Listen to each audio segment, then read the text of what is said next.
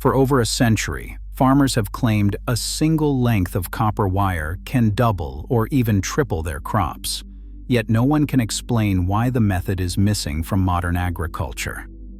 In 1925, it was so compelling that it earned a Swiss patent, and it drew government committees into the mystery. Why was this forbidden science never embraced? And what is the real reason official records cannot let the claim die? The documented evidence is far stranger than rumor. Let us see what the history books are hiding. In the years between 1910 and 1935, the story of copper wire electroculture moved in and out of the headlines with a persistence that defied easy dismissal. Agricultural journals and newspaper columns from France to Britain to the United States ran reports of growers who believed a simple length of copper, wound into the soil or stretched above a field, could transform the harvest. The details varied. Sometimes it was a single wire, sometimes a network of spirals aligned to magnetic north. The theme repeated: vegetables described as enormous, cereals growing taller than expected, trees seemingly revived from decline. The press did not treat these accounts as idle folklore. Instead, they published diagrams, inventor interviews, and garden photographs, inviting readers to see for themselves. In 1921, reports surfaced of German buyers offering millions of francs for the rights to a French inventor's system, while British and American periodicals speculated about the future of farming without chemical inputs. The stories rarely included hard numbers, but the language was striking. Phrases like miraculous growth and storybook harvests appeared again and again. For decades, the idea refused to fade. Each new wave of interest seemed to bring more elaborate claims and new testimonials, despite the absence of large-scale scientific endorsement. The promise of doubling or tripling yields with little more than a copper wire was too alluring to disappear quietly.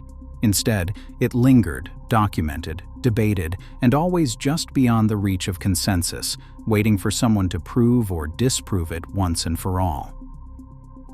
In October 1925, the Swiss Federal Patent Office received a submission from Justin Christofleau, a French inventor known for challenging agricultural convention. The design, later published as Patent CH118648A, described a device that combined copper wire, steel spirals, and magnetic plates to capture both atmospheric and terrestrial electricity. The apparatus was not a single wire, but a carefully engineered network, with copper insulated inside steel, frayed tips to gather charges from the air, and a ground grid aligned with magnetic north. Christofleau claimed that when installed beneath fields or orchards, this system could invigorate crops without chemical fertilizers, producing cereals that stood head and shoulders above their neighbors, and vegetables that seemed to defy the limits of the soil. His claims did not remain the domain of pamphlets or private gardens. By the late 1920s, Christofleau's devices were being manufactured in France and reportedly sold by the tens of thousands. Photographs circulated of lush gardens and towering wheat, each credited to the invisible power of atmospheric electricity. Christofleau published diagrams and invited skeptics to inspect his experimental plots. The attention reached the highest levels. In Britain, the Ministry of Agriculture had established the Electroculture Committee in 1918 to investigate the scientific basis for electrical farming. Over nearly 20 years, the committee gathered reports, reviewed Christofleau's patent, and dispatched observers to test the devices. Their archives filled with photographs, field notes, and yield records. Yet the results proved elusive. Some trials hinted at improvement, others showed no effect, and replication remained a persistent challenge. The committee's work was stamped not for publication, and it ended without endorsement. The promise of electroculture had reached the formal channels of science and government, but certainty remained just out of reach. Electricity is not just a force of wires and machines. It is a constant, invisible presence in the natural world. Under clear skies, the Earth's surface and the air above it form a giant electrical circuit. The sky holds a positive charge, while the ground beneath our feet carries a negative one. This creates a measurable electric field, with a voltage difference of about 100 volts for every meter of height between the soil and the air. This field does not flicker on and off. It is steady, persistent, and global. Atmospheric physicists have measured it for over a century, confirming its presence from city rooftops to remote fields. The numbers are not theoretical.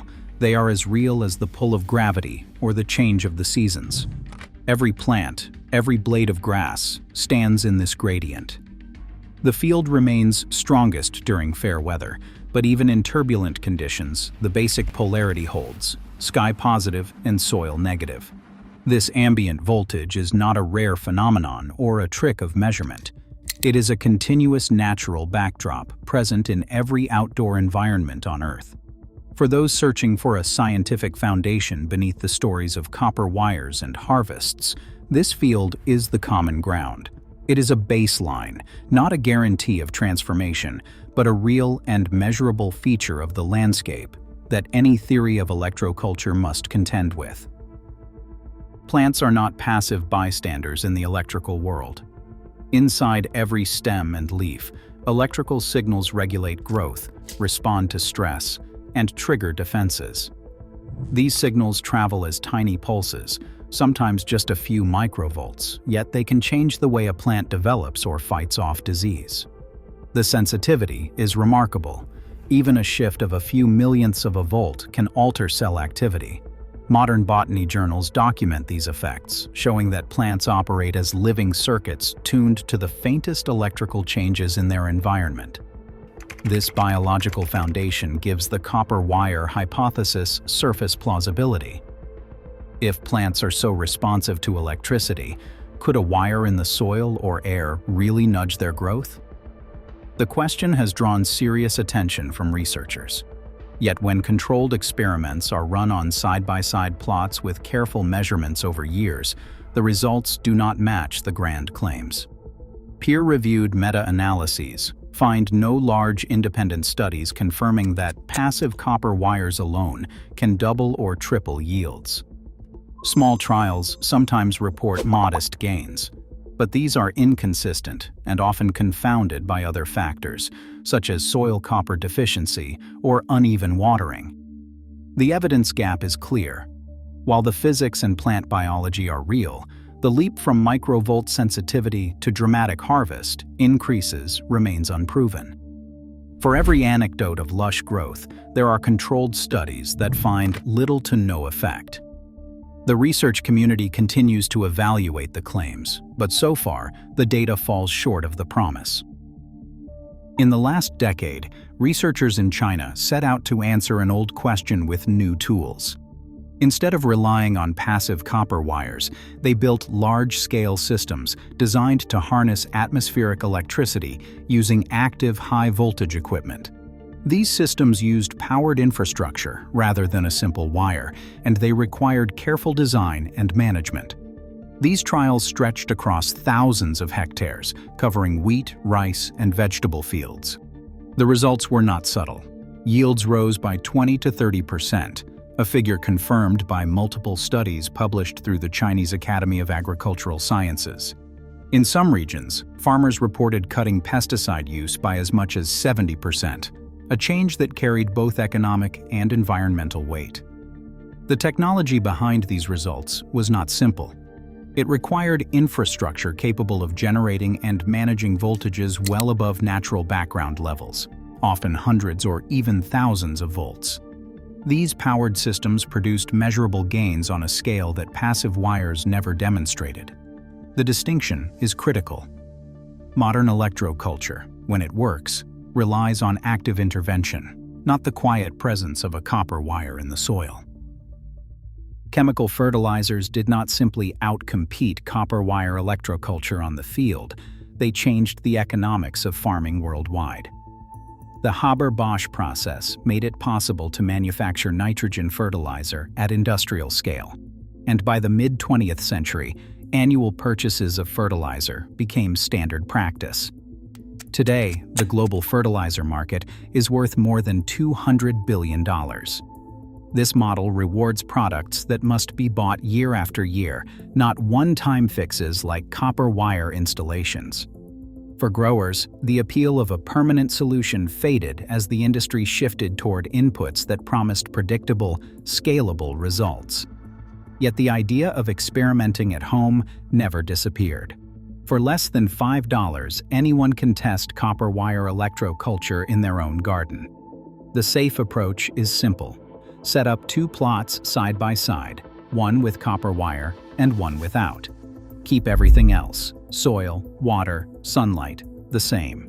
Measure the yield, the pest pressure, and the growth. The goal is not to prove a miracle, but to see what happens under your own conditions. Treat it as an experiment, not a guarantee. Avoid powered or high-voltage systems, and remember that healthy soil matters more than any wire. Today, global agriculture faces rising costs and soil degradation, while low-tech experiments like copper wire remain on the fringe. The real barrier isn't physics, it's curiosity versus convention. Innovation often begins where mainstream science stops looking. Sometimes, the simplest questions still deserve an honest test. What would you try next?